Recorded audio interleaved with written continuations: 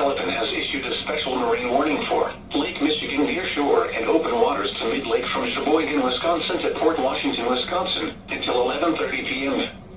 At 10:03 p.m., strong thunderstorms were located along the line extending from near Two Creeks to 10 nautical miles east of Oshkosh, moving southeast at 35 knots. Hazard, wind gusts 34 knots or greater. Source, radar. Impact, small craft could be damaged and briefly higher winds and suddenly higher waves.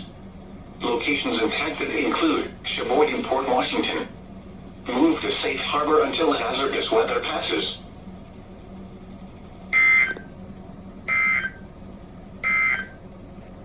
Now for the official national